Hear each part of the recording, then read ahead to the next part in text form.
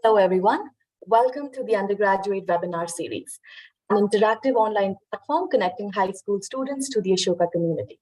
Thank you for joining us today for the webinar on undergraduate admissions. I am Priya Basumatari, and I work with the Office of Outreach at Ashoka University. Since the deadline for round one admissions to Ashoka's undergraduate program is approaching soon on 23rd November, we want to help answer any queries that you may have.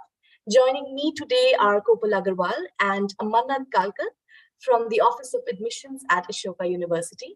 Together, we will be addressing some of your questions on the Ashoka undergraduate admissions process. Before we begin, I would like to inform our audience that you do not have to wait for your 12th board marks or CUET to apply. You can get a confirmed offer of admissions and financial aid even before your board results are announced. Now, without further ado, let's get started. I would request our audience to kindly type in any questions they may have in the Q&A box provided on their Zoom screens. We will address them towards the end of the session, starting with the first question of the day.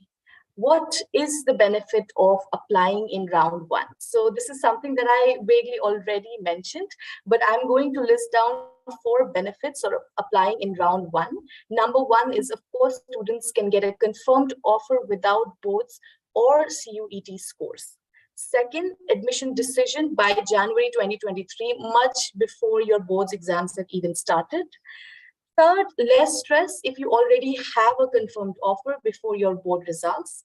And finally, you can secure your financial aid by early February. So here are 4 things that you can consider if you are planning to apply in round one. We would urge you to take these 4 factors into consideration while you're applying. Moving on to the second question of the day, what does Ashoka look for in a student? Now, this I'll throw open to our admissions committee. Yeah, so I will take that question. So, as students prepare their application forms and get ready for every other process that follows, there are a couple of things that one should keep in mind. So there are 2 kinds of, offerings that students really come with. One is their academic leaning, their intellectual curiosity, and the other is their interpersonal skills. So where, their intellectual curiosities are concerned, I think Ashoka is really looking for a good fit to its liberal arts program. And, that would really mean how rigorously do you pursue things that you're interested in? How curious are you about topics that really you are interested in? And you will see that even in the application form, a lot of the questions have been tailored to gauge these areas. And when it comes to interpersonal skills, because students at Ashoka will be a part of a very diverse, large cohort, so we hope that students who do join the student body are open-minded and quite willing to learn and very tolerant of other people. And, if they aren't, we hope that these are skills that they will work towards. Thank you so much for clearing that for us, Kopal. Moving on to the third question, is there any application fee for the undergraduate program? I'll take that question. Thanks, Priya. There is no application fee for our undergrad program when it comes to filling out the application. So, do ensure that you apply. And with respect to the fee, there is no such hindrance as such, because people can apply for free. So yes, do make sure that you apply, preferably in the first few rounds. Thank you so much, Mannat. Moving on to the next question. Should I keep some points in mind while filling out the application form? So we would, could the admissions committee please clear out this question for our students? Right. So, I think before I address what are some points that students should keep in mind, I think I'll just quickly talk about the application form and the various sections within the application form. So, in the application form, for those of you who have started and the people who will eventually begin, you will see that there are various data points that, we are very interested in. So we really want to know who you are, and the entire application form has been designed with this one sole intention. So be sure that you engage with the sections that require very objective information. For instance, your name, your address, your parents' details or guardians' details, your academic records from class 10th to 12th. So be very diligent and sincere in filling these out, because these are often areas that students copy out details with errors. So try to minimize that, and try to work on your application as soon as possible, because we notice that when students do a rushed job, that's when errors creep in. And the other area that the application form really gauges is their subjectivity. So that, I think, is something that you'll find in sections like the essay section and the non-academic activities and engagement section. So in the essay section, you can talk about, things that you're curious about. And this year we have done away with 3 questions. You only have 2 questions to answer. And you will see that one question is a 400-word question and the other is a 150-word questions, and extremely fun questions. So we are very excited to read your responses. So, be very mindful of the fact that you engage with the prompt in its entirety. So that, and write about activities that you're interested in, activities that you have pursued, and also write about the books that you are curious about and have obviously read. So, this was just a quick recap of the application form. And things to keep in mind while filling it out would be to not give information which has error. I think that's the first thing. The other thing that students often forget is to actually click submit. So remember that you click submit once you're done filling it out. Very basic things. The other thing that I would like to emphasize is do fill out an application form with your personal ID and not an institutional ID, because you may lose access to your institution's ID. So we would like to be able to contact you within the admissions cycle whenever. And the other thing is be sincere, be genuine, because the intention is to get to know you better, right? So do not try to appear as somebody who you would want to aspire to be.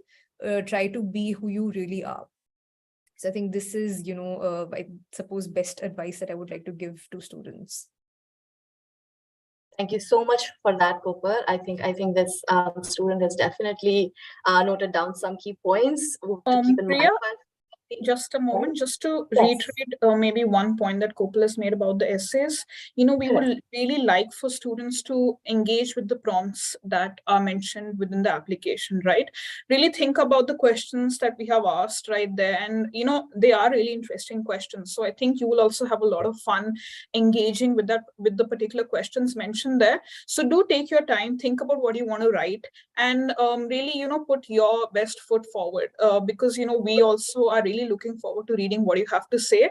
Also ensure that you kind of stick to the word limit, but don't really, submit an application with maybe just 3 or 4 lines of like an essay.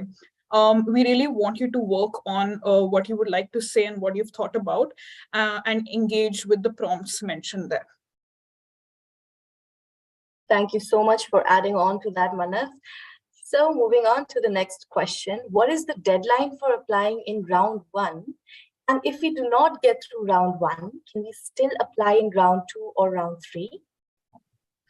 All right, I'll take that question. The deadline for round 1 is the 23rd of November, which is next Wednesday. So, you have, that's when you submit your applications. The deadline for application submission is next Wednesday.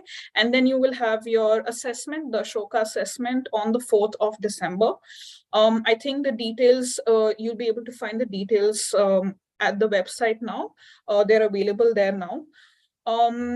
If you have submitted your application, if it has not been shortlisted, or if you have not been selected after an interview in the first round, you do not get to apply in the subsequent rounds. So yes, do keep that in mind too. Thank you so much for that. If I cannot apply in time for round 1 and want to try out for round 2 instead, what criteria is taken into consideration? Do criteria change when you apply in different rounds? No, the criteria do not change when you apply in the subsequent rounds.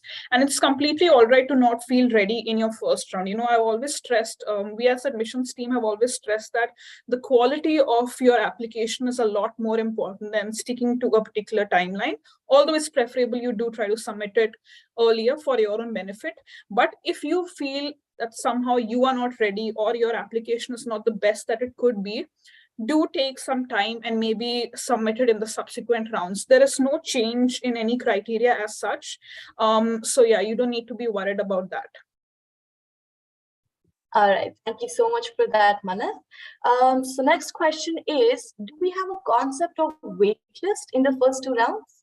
All right, so I'll take that. The kinds of decisions that we roll out would be a firm offer, a conditional offer, you may also be denied admission, and there's obviously a waitlist option that's available. So that is something that we do, give out as an offer in round 1 and 2. And you'd hear from us about your waitlisted status, I think towards the end of the 4th round in June or July, once your board results are out. So, that's when you can expect to hear if you have been waitlisted. Thank you so much for that, Gopal. Now we have questions flooding in regarding the academic section. So here's the next question. If my predicted grades do not match up to my actual board exam results, will my seat in the university be affected? Yeah, I have a few points. Maybe Gopal can add on to it later on if she feels I'm missing something.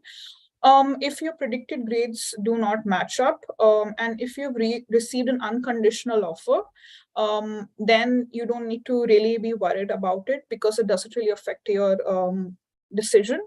However, in certain instances, we do kind of give out conditional offers where maybe your offer would be dependent on securing a certain minimum grade or a minimum number of marks that you've mentioned.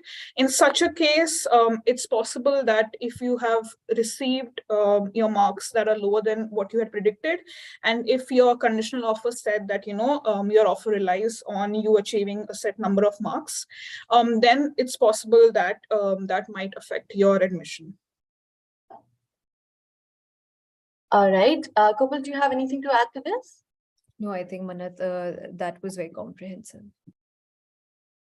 All right, thank you so much. So since the discussion is revolving predicted grades, here's another question. Do the predicted grades given by the schools have more weightage than the self-predicted ones? So I would say no.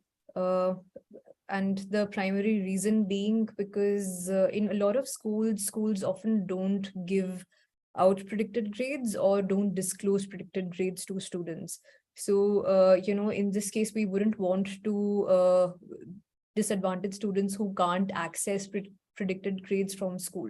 So there isn't really a comparison that's made between predicted grades by the school and the, predictions that the student makes. However, bear in mind the fact that we would like you to predict very reasonably. If you think, predicting 100 in everything wouldn't really get you anywhere, because we can access your school transcripts from class 10th and class 11th, right? So we know the kind of academic journeys that you've had. So don't try to overestimate what you would get. That being said, do not try to underestimate what you'd get either, right? So don't think that you'd get 60 if you have worked hard, and you do sort of reasonably think that you will get within 80 to 90. So write that. All right, just to follow up here on the same question, Gopal, is there any eligibility criteria for predicting your own grades, or can anybody do that? So there isn't an eligibility criteria for predicting your own grades. For boards which are CBSE, ISC, state boards, so they can either they can select what they want to do. They can either give us their predicted grades or their school predicted grades. So in these boards, there isn't the option to give both. And if your school does not predict grades, you can do that for yourself. And, the website also talks about how you can predict your grades. But to quickly just talk about it, look at how well you prepared for your board examinations. Look at, how you've done in your term examinations in school so far. And maybe if you are feeling uncertain, have a conversation with your teachers and people who've been working closely with you in an academic capacity, and then arrive at a reasonable estimate of what you think you might secure in your final year-end examinations. So that would be a good, way of going about your self-predicted grades. All right, thank you so much for clearing that out, Cooper. So moving on from school grades to SAT and ACT, we have received a couple of questions for that as well. If I am giving my SAT on December 3rd, is there no way to upload it in round 1? So unfortunately, I don't think you'd be able to upload your SAT scores in round 1. Because the deadline for round 1 is 23rd of November. So unfortunately, we wouldn't be able to use your SAT scores. However, on the 4th of December, for students who submit their applications in the first round, we will host the Ashoka Aptitude Assessment. So if you're unable to give us your SAT scores, you can be a part of the Ashoka Aptitude Assessment, and that would be a good substitute for you to have in place of your SAT scores. All right. Here's another question. Is SAT or ACT examination necessary to apply for undergraduate courses? I can take that question. The SAT or the ACT are not compulsory. They are not necessary. However, if you have taken them and you feel like you're satisfied with your score, do please mention it in the application. What is mandatory is the AAA, which is the Ashoka Aptitude Assessment, which is held during every round. And for the first round, it's going to be held on the 4th of December. Please do sit for the assessment. I can't stress this enough, because if you do not sit for the assessment on the 4th of December, your applications are not considered. Do kind of plan your day accordingly and sit for the assessment on the 4th of December. All right, thank you so much for that, Manath. Moving on to extracurricular and co-curricular section. How can the students submit photos, videos, certificates regarding extracurricular activities? All right, so I'll answer that. So, when you open an application form, when you start an app, you'll see that there is a section that talks about your non-academic interests and engagements. And there you can talk about 3 activities that you have done.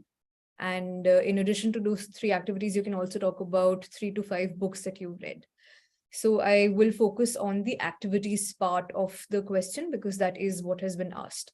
So when you look at the section, there is a short description box where you can write what you've done, the nature of engagement, things that you've learned, things that you have observed, so on and so forth. But in addition to that description text box, there's also an area for you to attach your work. So this could be, a PDF, this could be a link, this could be a Word document, right? So you can attach up to 3 documents for your 3 activities. And I'm supposing that this is also a section where you can attach videos, certificates, and pictures. Thank you for that, Gopal. Here's a sort of follow-up. Since we can only mention 3 activities, is there any other way we can mention other activities in the application? I can take this question. Yeah. So, the reason we have kind of asked you to mention 3 activities is because we want you to talk about the 3 most prominent activities that you feel you have taken part in during your time as a student at school, right? So any 3 prominent activities you feel you have really engaged with, that you feel you would really want us to know about, please do mention those activities in that particular box.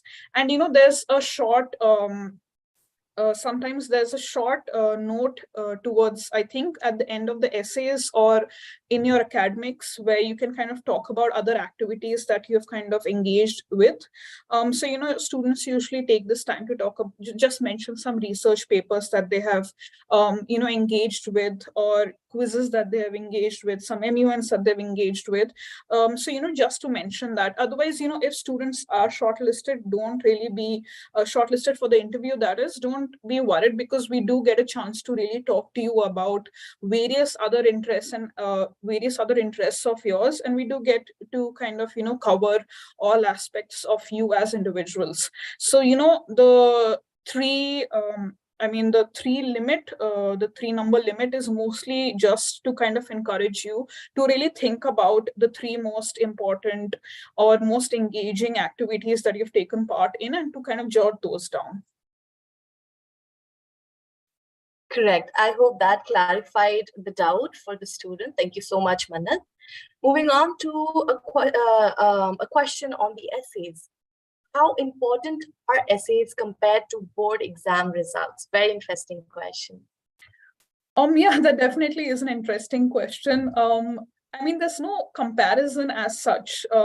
As Kopal mentioned in the beginning, we do assess individuals holistically.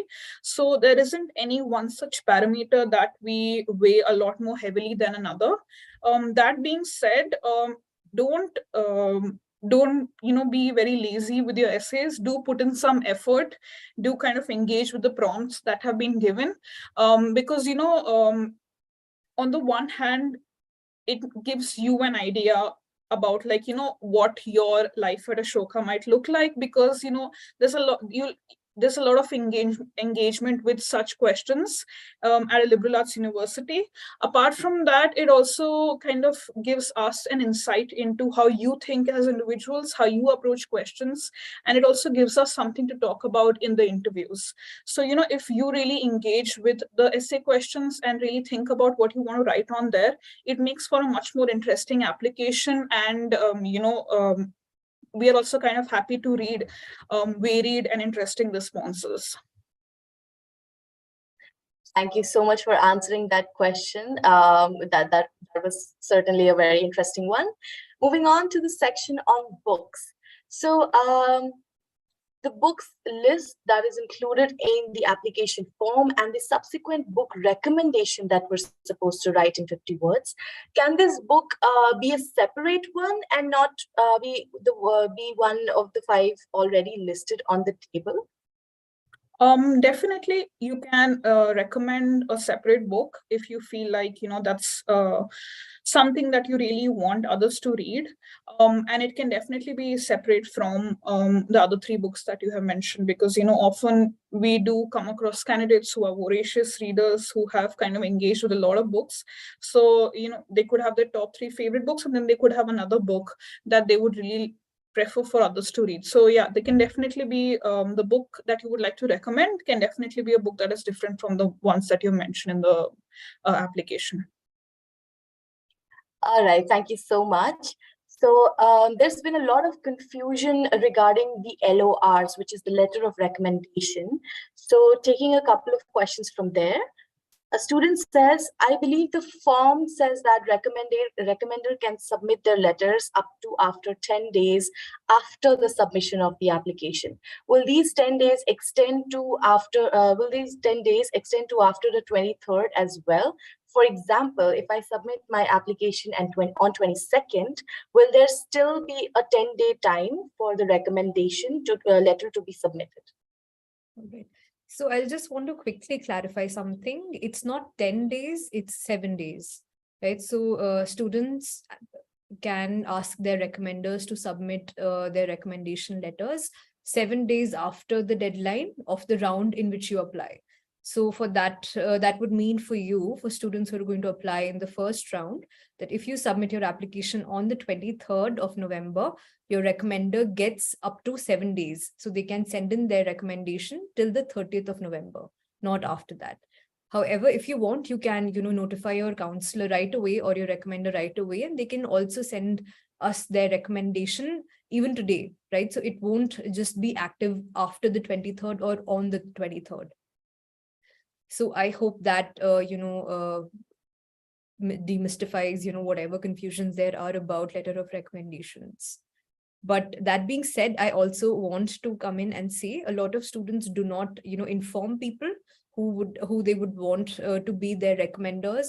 So in case you want there to be a recommendation letter in your application, make sure that you speak to your recommender, whoever it is, your teacher, your principal, somebody who's supervised your internship, whoever that person is, get their consent and get their clear details. Do not write incorrect details of their phone number, their email IDs, because we can't change that later, right? So you will then eventually end up submitting an application form without a recommendation letter. Yeah. Correct. Thank you so much for adding that, Gopal. Next question is, how are we supposed to upload the LOR? So this is something that I'll take up. So LOR isn't something that you upload. It is something that your recommender has to upload. What you have to do is enter their correct details, enter the correct name, email address, phone number. All right, that's it. Your job is done. And then we will reach out to the recommender.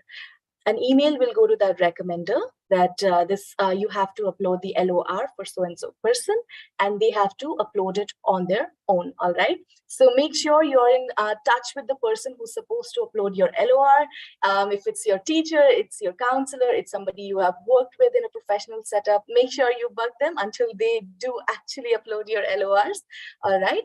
And just to reiterate, they have until 7 days after the deadline, application deadline, to submit the LOR. They can, of course, submit it before as well. So LOR is something that you don't upload, your recommender does. All right, please keep that in mind. Next question. I can't seem to get a letter of recommendation from my school teachers or principals and don't have any significant academic or curricular mentor. Can I apply without a letter of recommendation, or is it absolutely necessary? I'll take that question. So in short, yes, you can apply without a letter of recommendation. It is not a mandatory component of your application form. However, we at the Office of Admissions do highly recommend that you get somebody to send us a letter of recommendation talking about your work interests and the capacity in which they've known you. And it is not necessary for that person to be a teacher or a principal, someone who you have had an academic relationship with. If you've done an internship or if you have worked anywhere in any capacity, it could even be a coach, somebody who may have mentored you in a sport, in a dance form, in a music form. Anybody who's been a part of your professional life, somebody who does not know you in a personal capacity. So it can't be a neighbor or a friend telling you what an excellent person you are, right? So anybody who's had a professional relationship with you can send us a letter of recommendation on your behalf. But for whatever reason, if you don't have anybody to send a letter of recommendation on your behalf, you can submit an application without that as well.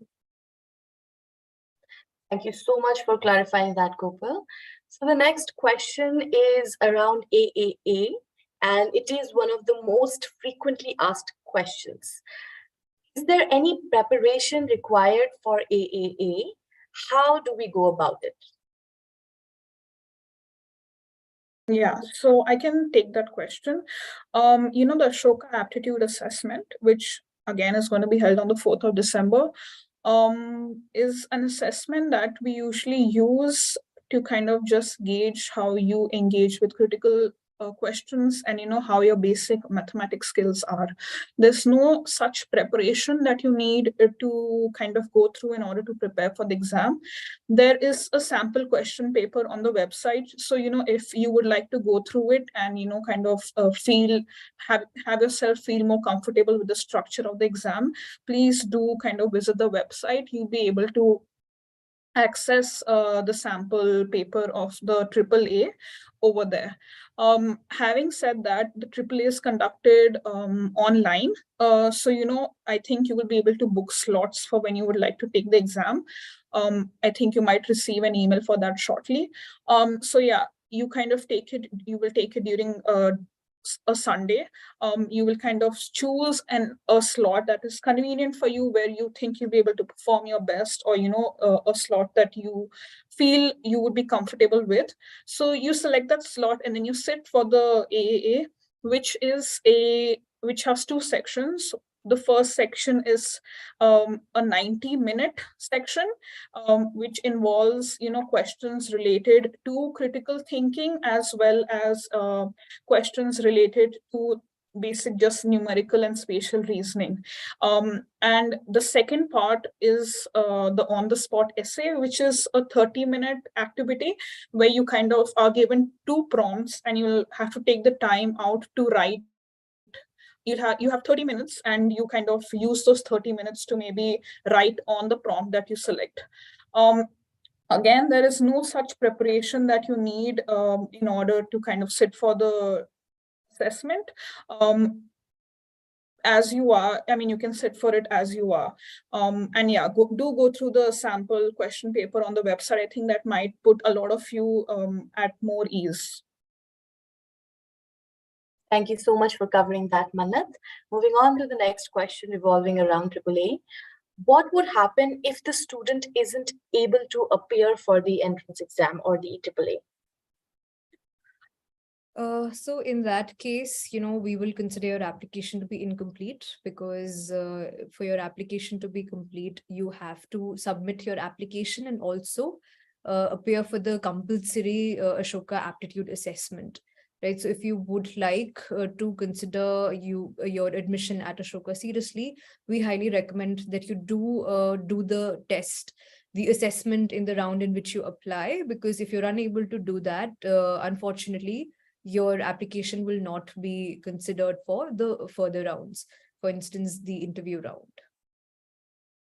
I also have one thing I'd like to add. A lot of students get really I don't know, they get really anxious about the fact that, the AAA has like a component that might ask certain questions related to mathematics. So that is like a point of anxiety for a lot of students. We would also like to reiterate that the questions are really not advanced mathematics. It's something that, anyone can kind of engage with. It's just to test your basic spatial numerical reasoning. There's no such advanced mathematics that is being tested there. So don't really be stressed out about that. And yeah, do put your mind at ease when it comes to that. Thank you so much for that, Manat. Moving on to the next question, is the AAA required if the student has secured a decent score in SATs? Do they need to appear for the exam at all? I can take that. Yes. As we have been stressing since the beginning of this Q&A, your application will be considered incomplete if you do not sit for the AAA. It is a mandatory component of your application and of the application process. So you will have to you'll have to take time out to sit down and kind of take the assessment. All right, so Manat, I'm going to combine two questions here. Will AAA be conducted online? And if the student has not taken mathematics in 11th and 12th, how do they go about the aptitude test? Yes, the AAA is going to be conducted online. I think in the coming week, you should receive an email to kind of schedule what timing would be suitable for you on the 4th of December. I think the timing is going to be from 10 in the morning to 4:30 in the evening. So you can select your slots then. Yeah, so it's all going to be online. It's going to be online. It's going to be on the 4th. If you have not had maths in your 11th and 12th, as I've said earlier, that's not really a reason for you to be worried, because it's not really testing any skills that one would have learned in a math class in 11th and 12th. It's testing basic numerical and spatial reasoning, which I think all of you will definitely be able to engage with. Thank you so much for that, Manat. We have a couple of more questions regarding the structure of the examination. So how many questions are we expecting in AAA? And what are the different sections that are going to be there? And is there a total mark that the students will be able to see, marks that they can secure, marks that they will be able to see after the examination? Right, so I'll take that question. So I think Manat earlier briefly talked about the fact that the AAA has two components. One is the thinking skills assessment and the other is the on-the-spot essay. So the thinking skills assessment is a 90-minute aptitude assessment, and it will have 40 multiple choice questions.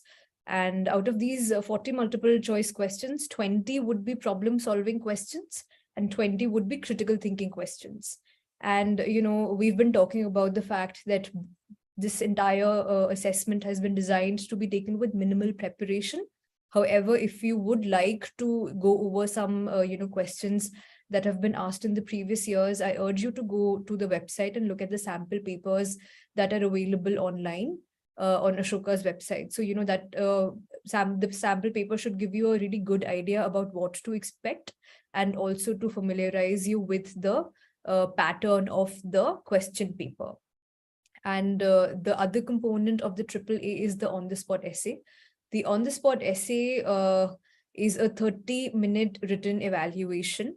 And for this, you will get 2 prompts and you can select the prompt that you feel the most confident about.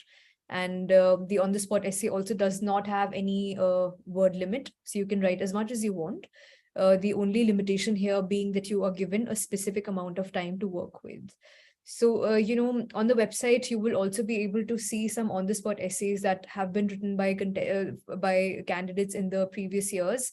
So that would also give you a good idea about what kinds of prompts to expect, what kinds of responses students in the past have written. And, these are both evaluations and assessments that don't require you to, they don't check for your general knowledge, right? We just like to check for how well you process information that you already know and how well are you able to make sense of that information in a written manner. So do not worry, do not be anxious. I know it's easier for us to say, but just go through the sample papers and I think you'll be in a good spot. Thank you so much for that, Gopal. Here is a logistical question. A student is asking, what if I am an international student? Is there a time difference for AAA?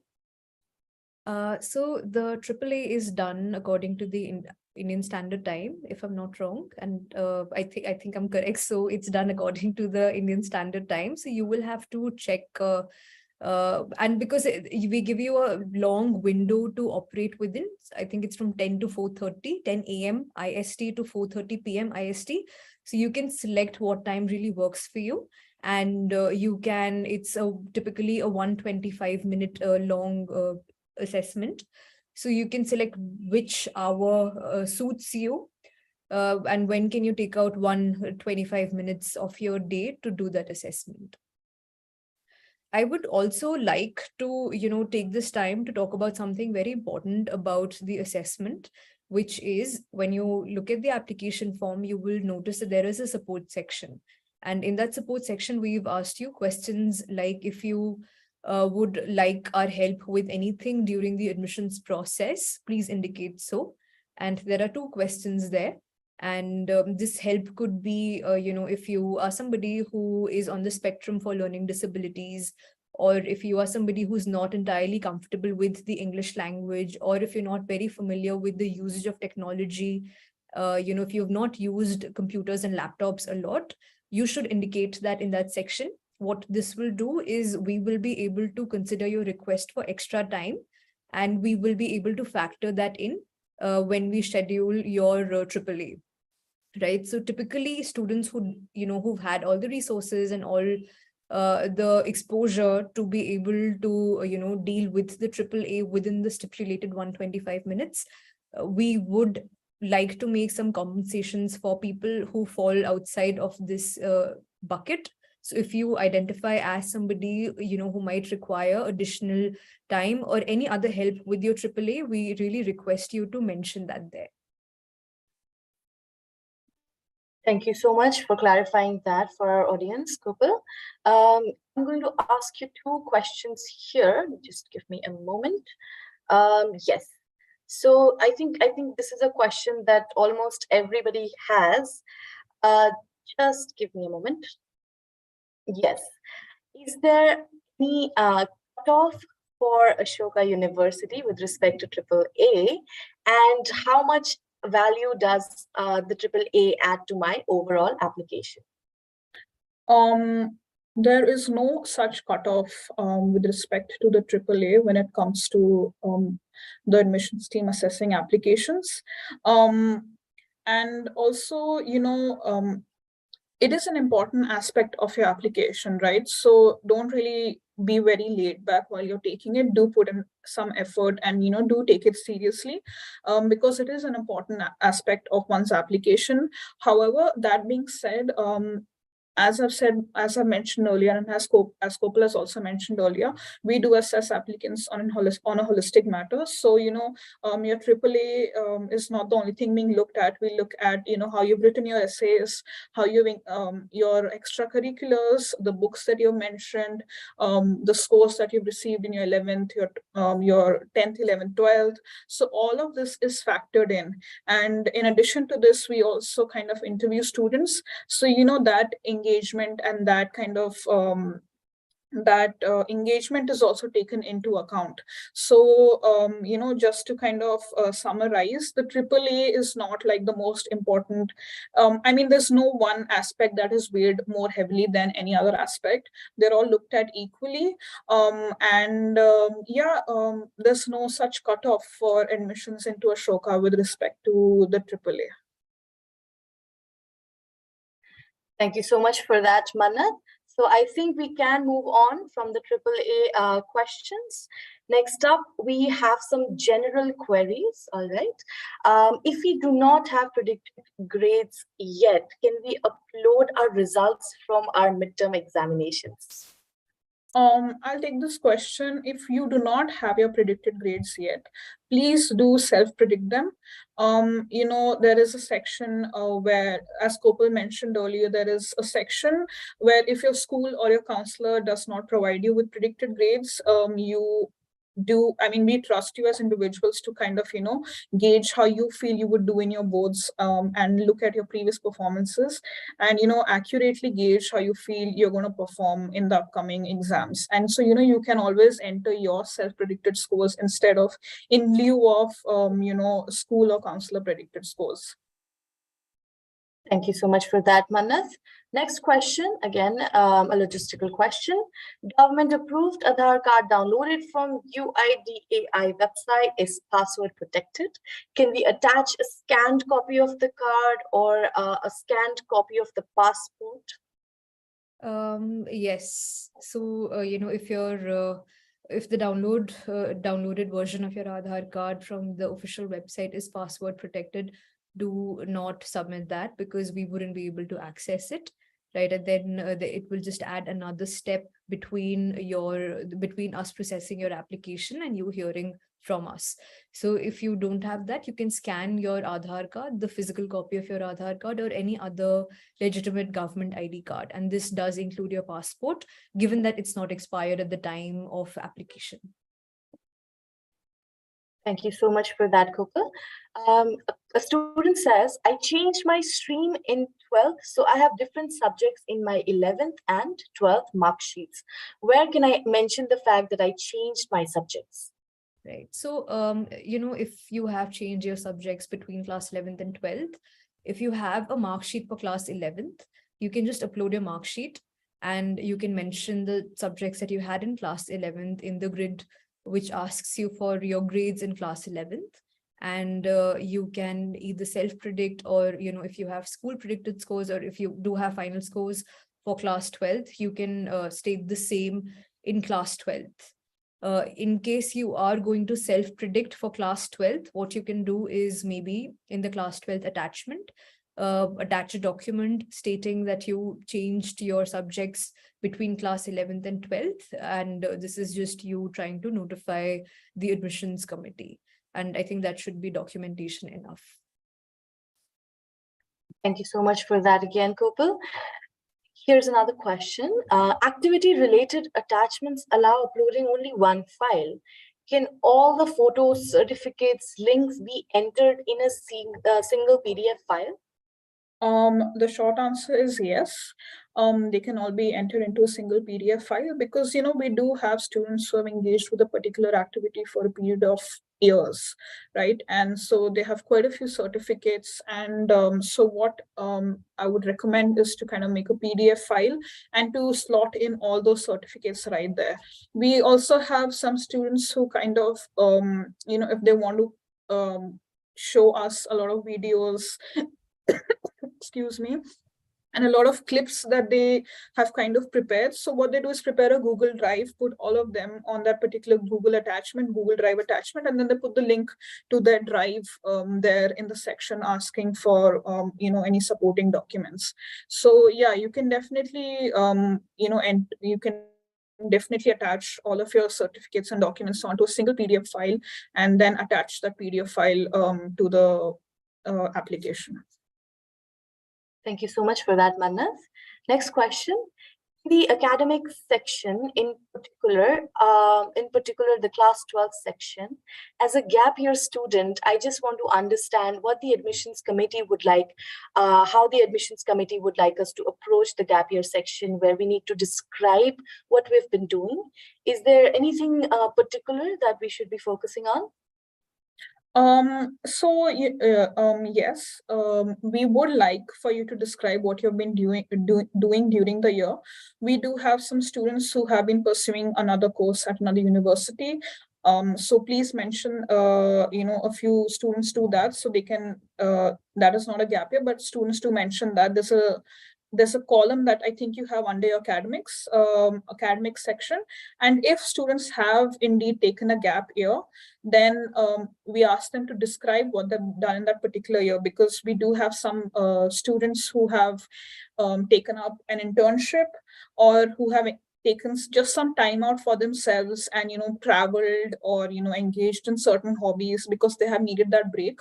So what we would like for you to do is just to kind of describe what it is that you have been doing in that period of time, so that we also get an idea of what it is that you have done during that break, and it gives us something to kind of talk about in the interviews maybe, or just use to kind of look at your application overall.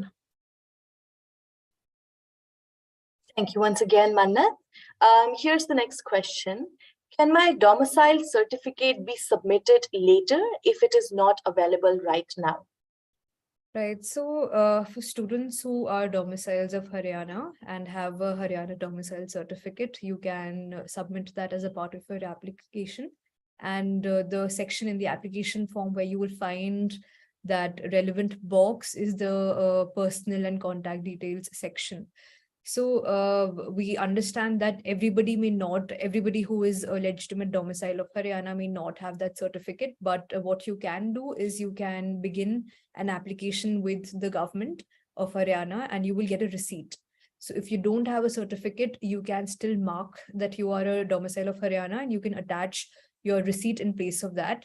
So later when we, for our official document keeping, when we require, we can reach out to you and hopefully you would have received your domicile certificate and you can send us that in that time.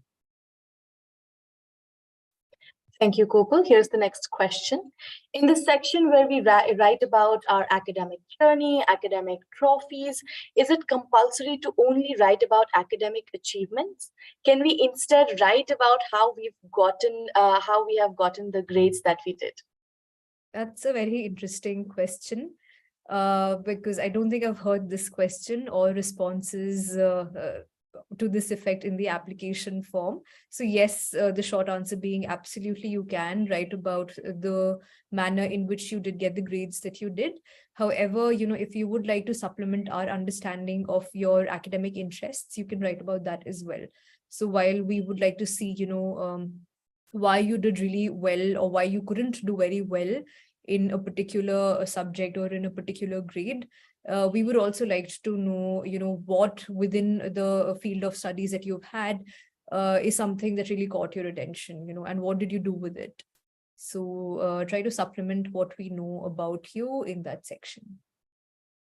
Sure. Here's the next question. And I have personally received these queries a lot. So I think it's better if we clear the air once and for all. Can we submit certificates after the application deadline? No, is the short answer. So unfortunately, you can't submit anything after the deadline, and we do not consider anything that we receive over email.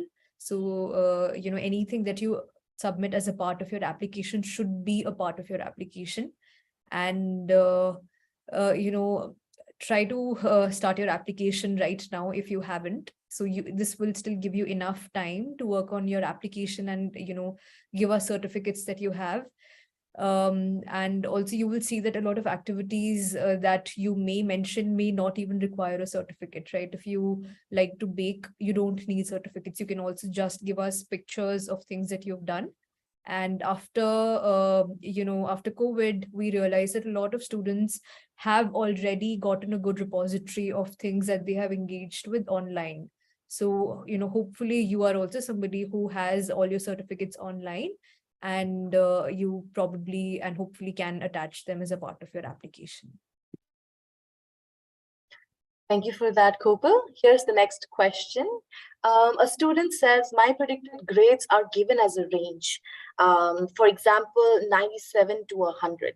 While manually entering the marks for 12th grade, what marks should I enter since I'm not allowed to enter a range? All right, I'll take that question. First of all, those are some really good predicted grades, I must say. So yeah, we know that in the application, we would like for you to kind of not mention a range and a consolidated number. So in that case, I mean, if you're someone who's confident about the fact that they're going to be scoring hundreds in their upcoming exams, then please do go for it. However, I mean, 97 to 100, right?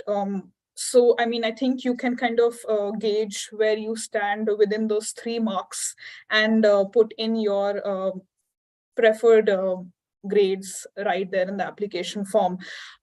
So yeah, do mention a number and kind of, mention a particular number to the best, which you think reflects you the best. So yeah.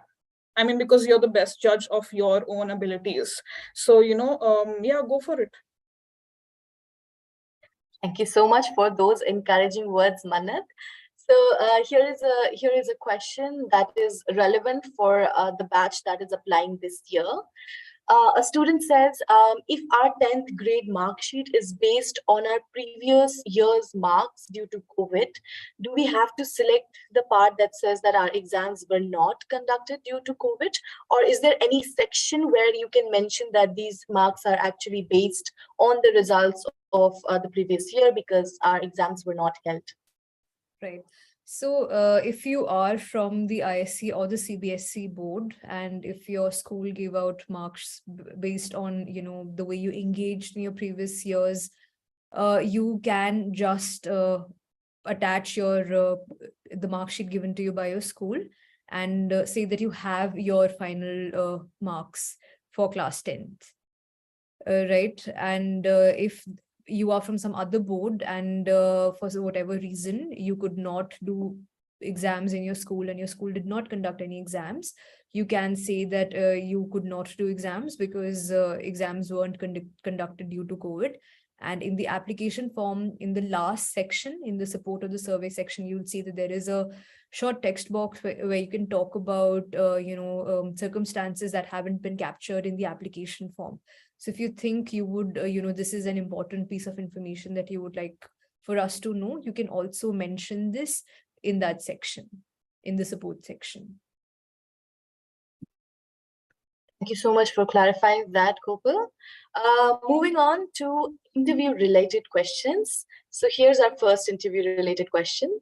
Is the interview taken with AAA and on-the-spot essay? No, the interview is not taken along with the AAA and on-the-spot essay. You give your AAA and on-the-spot essay, and then I think after about a week or 2, you will be intimated about whether you have been shortlisted for the interview. So the interview takes place after that. Thanks for that, Manat. Here's the next question. It's regarding the weightage of each section in the application. So weightage of application, essay, AAA, and interview in overall section is what the student wants to know. Which part has the maximum weightage what is the basis of the interview call, and how long is the interview? All right. So, before I proceed to answer this question, I just want everybody to be mindful of the fact that Ashoka follows a holistic admissions policy, which means that no particular section of your candidature will outweigh the other, right? So, your application, your essay, your AAA, your PI, there's no one thing that will outshine the other aspects of your candidature, right? So, which means that you have to be a balanced individual in a sense. And the basis for us shortlisting you for your interview is, how well you've engaged with your application form, how sincerely were you able to answer all the questions in the application form, how error-free was your application form really, because, if there were a lot of errors in your application form, that does sort of prevent us from shortlisting you, and, opens up another chain of communication with you. So that may delay that a little bit. And the other thing is, how well you've been able to demonstrate your academic interests. And if, for whatever reason, you've not been able to demonstrate your academic interests, do capture that in your application as well. So this is, I think, these are some parameters that we keep in mind before we shortlist candidates for the interview. And the basis for the interview call is what I just spoke about. And the duration of the interview typically is 20 to 25 minutes. But that being said, do not be worried if your interview was shorter than that, or if it, was longer than that. It just means that whoever your panel, whoever was in your panel just needed some extra information from you, or perhaps they didn't need that extra information from you, which is why, the duration of your interview was what it was. Thank you for clarifying that, Gopal. Questions have started flooding in regarding the interview once again. So in short, questions comprise of when will the interviews be conducted for round 1 candidates, and what will be the venue of the interview? The interviews for round 1 candidates should start off around after the second week of December, if I'm not wrong. So that's when I think we will start conducting interviews. You will definitely receive a notification before then. As far as venue is concerned of interviews, all our interviews are conducted online through Zoom. So, I think a day or two before your interview, you will be sent a link you will be sent a Zoom link, which you will be asked to join, and that's where your interview will be. Thank you so much for that, Manat. Here's the most awaited question. How should we prepare for the interview? So I will start talking, and Manat, please, join in if you think there is something that you'd want to add. So I think the number one thing that we would want students to know is to just be themselves. As I already talked about this point while talking about what to do when you fill out your application form. Try to just authentically be who you are and not really project an image of somebody who you aspire to be. And also try to engage with the questions that have been asked. Often we notice during interviews that students come in with a very preconceived notion of what an interview should be like. And hopefully when you do engage with us during an interview, you will notice that it's a slightly different interview. We're not trying to gauge how confident you are or how well or how articulate you are. We are genuinely trying to get to understand you, to get to know you, get to see why you would want to be at a liberal arts university. So to that effect, try to see how do you see yourself in Ashoka's ecosystem? What do you see yourself contributing to at the university, and also vice versa? What are some experiences that you wish to have at the university? So try to think about these things when you approach an interview, and also know your application well, because when you submit your application, and by the time when you are shortlisted for the interview, there can be a couple of weeks in between.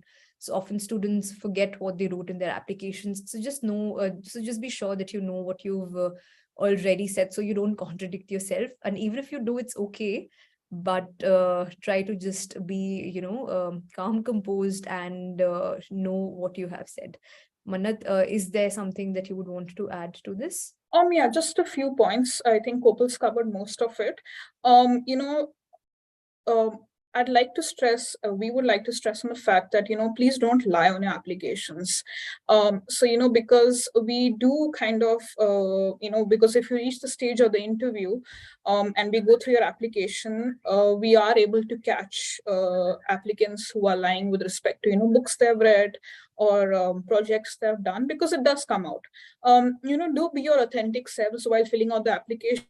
It's all right if people feel that they haven't read some really academic books or like journals. Not everyone has, and I think that's completely all right. Just be yourself and fill out your application to the best of your ability. And before coming for the interview, do go through your application again, because it gives you also a chance to kind of look at what you had filled out, and gives you also a sense of preparation before entering the interview. Also, do make sure that while you're applying to Ashoka, that you go through the website and look at all the courses given there, look at all the majors, look at all the minors, look at what interdisciplinary majors are there, because sometimes we also get applicants who are not really sure about what courses Ashoka has to offer, and that gives us a sense of the fact that you haven't really done your research on the university. So if you go to the website, I think it'll help you also see whether Ashoka is a good fit for you, not only whether you're a good fit for Ashoka, but whether Ashoka can offer you what it is that you are looking for. So do ensure that you go online and look up the courses at offer and all the activities at offer there. Thank you so much for clarifying that, Kopal and Mannat. Here are two questions. I'm going to combine the two. The first one being, what can the students expect in the interview, as in what are the questions they can expect, and who will be the people taking these interviews? I can take that. You won't, the admission team takes the interviews, but you don't really know who is going to be interviewing you until you come for the interview. So there are a lot of us, and all of us follow different structures of asking questions, right? So there's no one set structure that we follow while kind of interviewing candidates. Obviously, there are a few things that we look for in students, such as intellectual curiosity, seeing what they have engaged with during their years at school or even outside of school, and just seeing how they're able to kind of interact with us, and just gauging whether they're a good fit for Ashoka and whether Ashoka is a good fit for them. So yeah, there's no particular structure that interviewers follow. As I can say, what we can advise is for you to just be your authentic selves, and don't be too worried. It's not like a really formal interview. It's just a conversation where we like to get to know students a bit more outside of their applications. So yeah, that's the main purpose of the interview. Right. Thank you so much. Moving on to some general questions. So here's the first one. Typically, what is the batch size for each BSc subject? All right. So, I will begin by talking about the fact that there isn't a batch size for any of the majors. So all students who get admission to the university are given admission to the liberal arts program. And it's only in your third semester that you declare an official major, right? So it wouldn't be that, you want to do economics, or if you want to study biology, it would not be the case that you would not be able to, because there aren't any seats available. So the only thing that really matters while you select a major is how interested you are in that major, and if you fulfill the requirements that that major requires. So there isn't really a batch size for a subject. But that being said, last year, the cohort that came in was around 650 to 700. But obviously, everybody will not be in the same major. So I wouldn't say that, a particular number is the BSc subject batch size. Thank you so much for that, Kopal. Next question is, what are the courses offered in Ashoka for the undergraduates? I'll just very briefly take that question. So the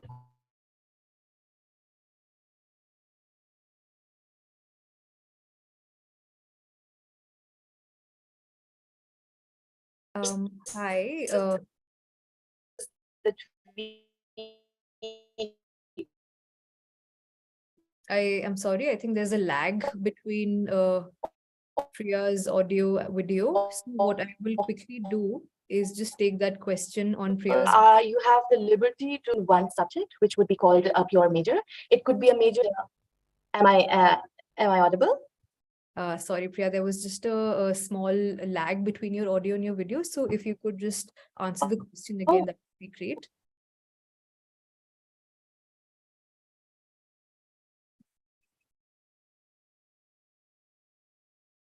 One second. Let me just make sure that my internet doesn't go away. Right. So Priya, why don't I do this? Till the time you fix your internet, I will just quickly answer this question and then we can move on.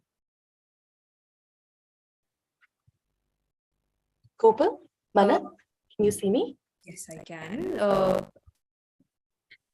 Yeah, Priya, I think Kopal was just taking this question.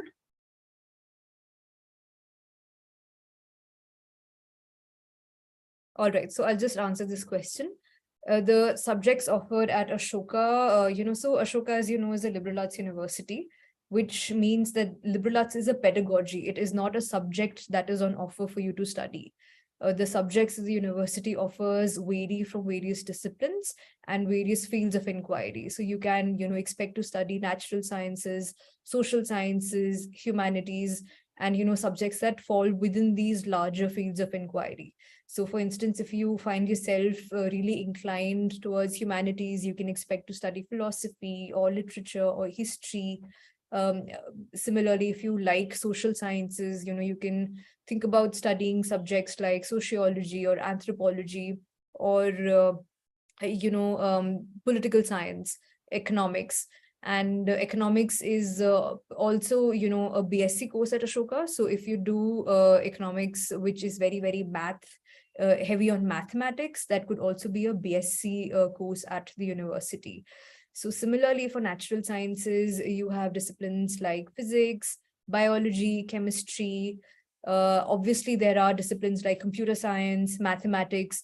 So these are all majors that can be either pure majors or you can also make them into minors.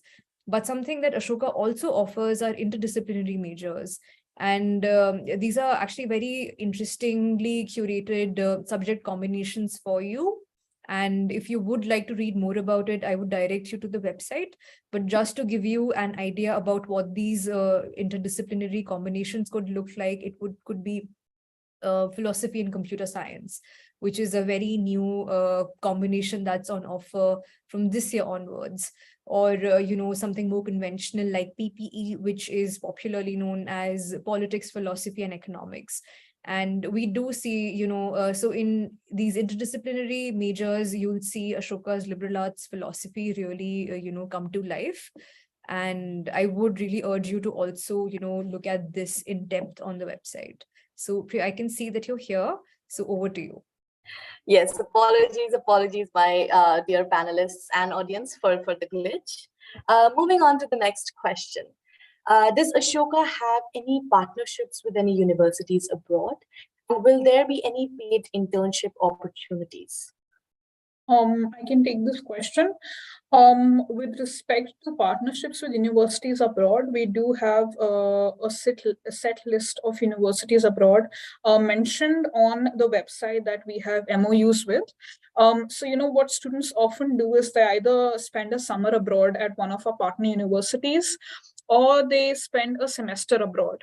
However, do keep in mind that this is something that does not happen during the first summer break. During the first semester, the first year of your undergrad course, because that's the time when we really like students to familiarize themselves with Ashoka and, the structure there and the campus. So I think that's something you can kind of opt for after your first year. So yes, we do have partnerships with universities abroad. You'll have, I think, Sion is one of them, UC Berkeley is another. There's a list of the universities that's mentioned on the website. You can have a look there. And yeah, students do have the option to study abroad for a semester or for a summer. Thank you so much for that, Manath. The next question is, assuming we clear round one, that is, they have gotten the confirmed offer of admission, by when are we expected to pay the initial fees? All right. So, the timeline is given on the website in case anyone wants to kind of have a comprehensive look at it. But just to kind of give you an idea about when the acceptance deadline and, fee deadline is there, we will expect decisions for the first round to go out by the 20th of January. And so, we expect you to accept or reject your admission offer by the 27th of February and then pay the fees by the 15th of June. So once again, let me kind of reiterate what I just said. Decision notifications go out on the 20th of January. The acceptance deadline is the 27th of February. And then the semester one fee payment deadline is on the 15th of June. All right, thank you so much. Just to reiterate what Manath has just said, in case there are any confusions, you can go to the website. The entire timeline is present, all the deadlines, when you will be joining campus. If round one doesn't work for you, what are the dates in round two? What are the dates in round three? Please feel free to look at the admissions timeline. That would clear majority of your doubts related to the dates and timings. Two more questions, generic questions we're going to take, and then we will cover a little bit of the financial aid aspect. So next question, general question, does applied mathematics carry the same weightage as normal mathematics? So I'm assuming the person who's asked this question is a person from this CBSE board. And very recently, we have made a provision where applied mathematics and normal mathematics is treated equally. So if you have either, you can mention that, and you'll also be eligible to do the courses that require mandatory mathematics. Right. Thank you so much for that, Gopal. Next question. And this is a question that I've also received from a lot of students who have taken gap years. So the student asks, if I have applied to Ashoka before, are my chances hindered in any way? So I think the short answer would be no.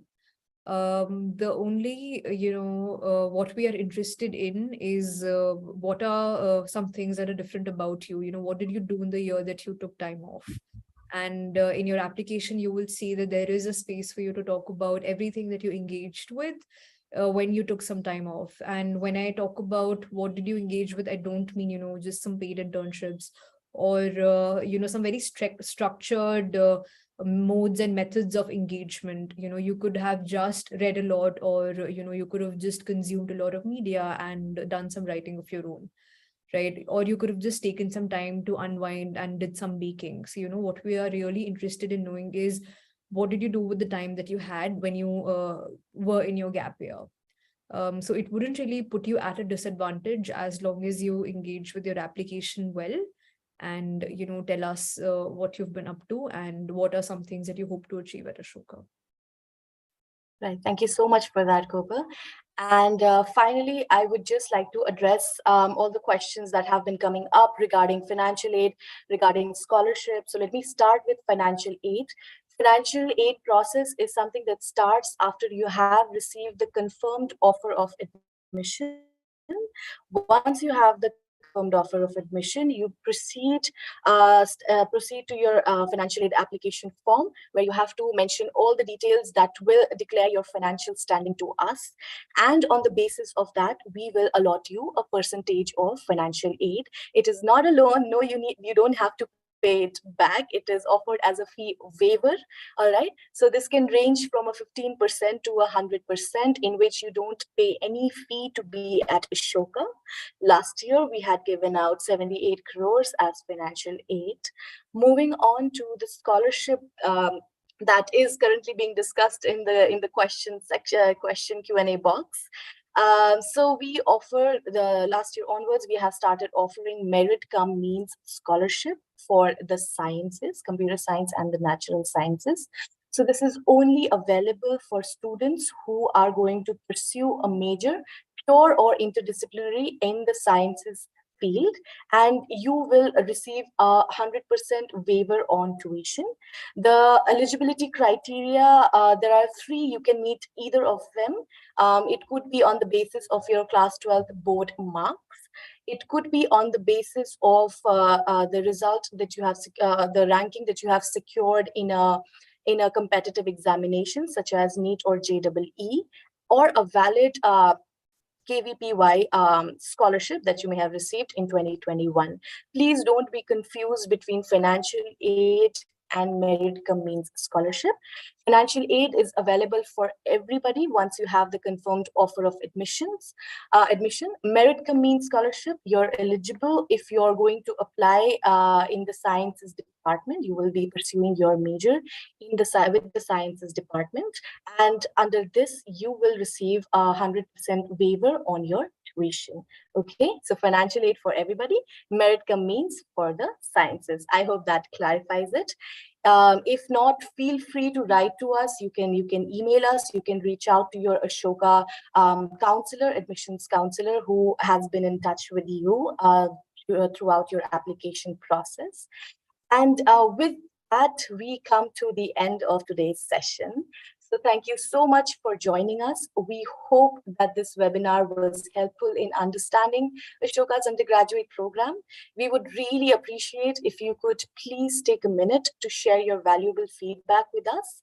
The link, the feedback form is provided in the chat box. Please note that the recording of this session will be available on Ashoka's YouTube channel in case you would like to share it with your friends or revisit any of the points that we have covered today. Before we end the session, I would like to again inform our audience that the deadline for round 1 of the undergraduate program starting next year, August 2023, is 23rd of November. I would encourage students to start early and get a confirmed offer of admission and financial aid even before their final board results are announced. For more information, you can write to us at ugapply@ashoka.edu.in or contact us on the numbers given on the screen. So that brings us to the end of the session. Thank you so much, Kopal and Manat.